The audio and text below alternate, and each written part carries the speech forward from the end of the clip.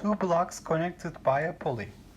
Block A in figure weighs 1.9 newtons and block B weighs 4.2 newtons.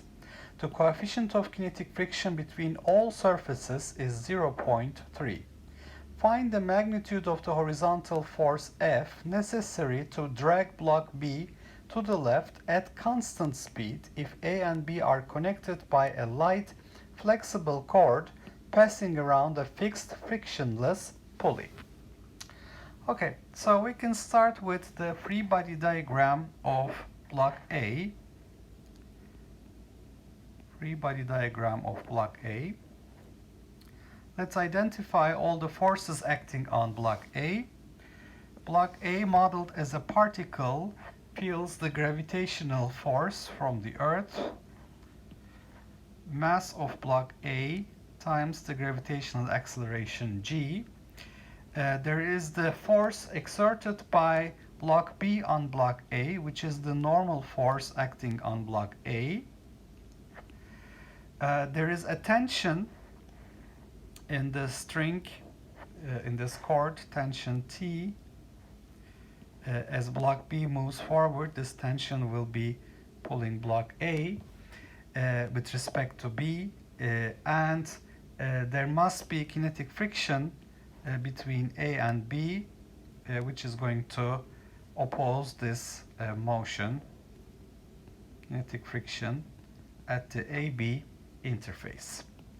And this is our y-axis, this is our x-axis, y and x.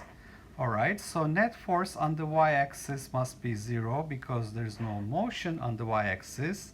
So the normal force on block A is balancing the weight of block A, mass of A times g, which is given as 1.90 newtons.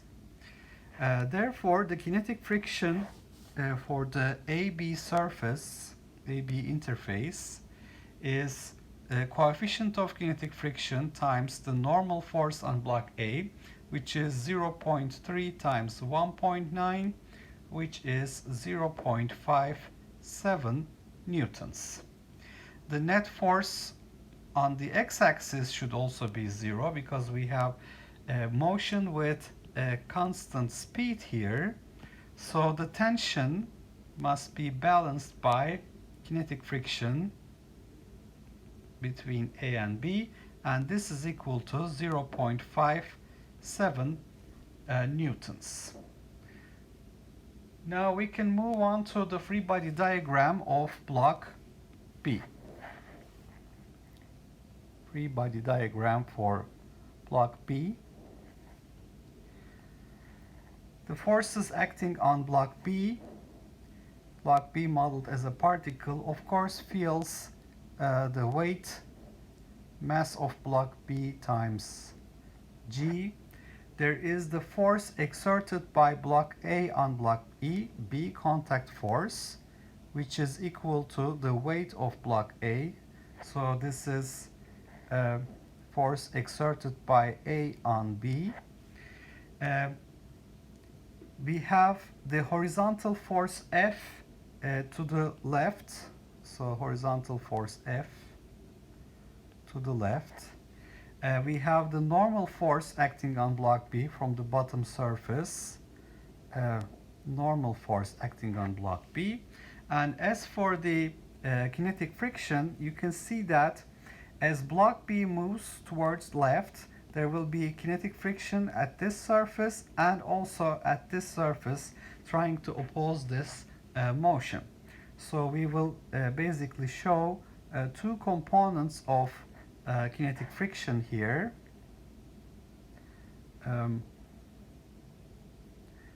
So one is the kinetic friction between the block B and the bottom surface, and one is between A and B. All right, so this is again our coordinate system, y-axis, x-axis. The net force on the y-axis should be 0 because we have no motion on the y-axis, which means the normal force acting on block B is balancing the weight of block B plus the force exerted by A on B, which is equal to the weight of block B plus the weight of block A. So that becomes 1.9 plus 4.2, which is equal to 6.1 newtons. Now, the kinetic friction force between AB for the AB interface we calculated as 0.57 newtons. However, the kinetic friction between B and the bottom surface we have to calculate. It is mu k times the normal force acting on block B, 0.3 times 6.1, which is 1.83 newtons. The net force on the x-axis must be 0 because we have motion with constant speed. So the horizontal force F must be balancing. So I forgot to put the tension here in the free body diagram, because as you can see this is connected to this cord.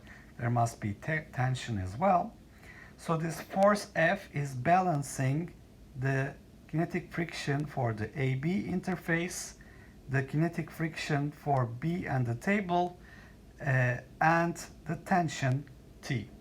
So we have 0.57 newtons plus 0.57 newtons was also our tension here, so plus 0.57 for tension, and the kinetic friction between B and the bottom surface 1.83.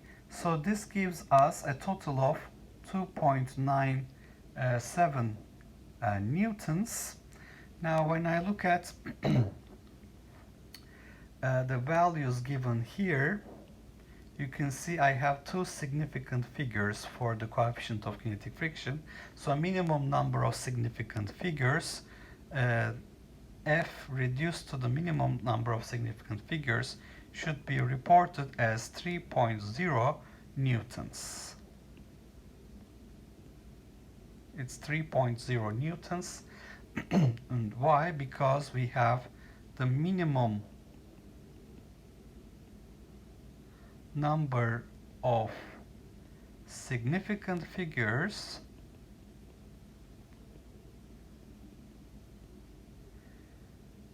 was obtained from mu k equals 0.30, which is 2. So we have to reduce it to two significant figures.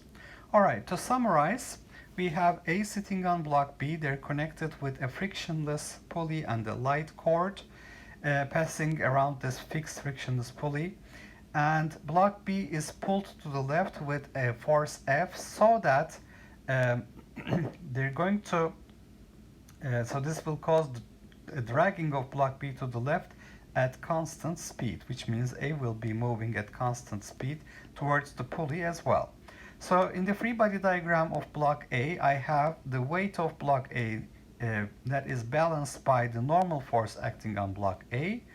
The tension on the cord is acting towards the right, and this is balanced by kinetic friction for the AB interface. Why? Because I should have constant speed motion of block A as well.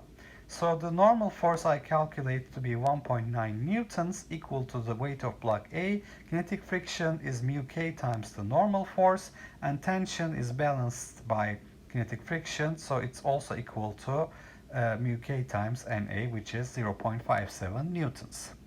And as for block B, there is the tension, there is the force F, there is kinetic friction for this surface, there's kinetic friction for the AB interface opposing the motion on both sides, and there's the weight of block B, there is the force exerted by A on B, and there is the normal force. So there are many forces acting on block B, as you can see here.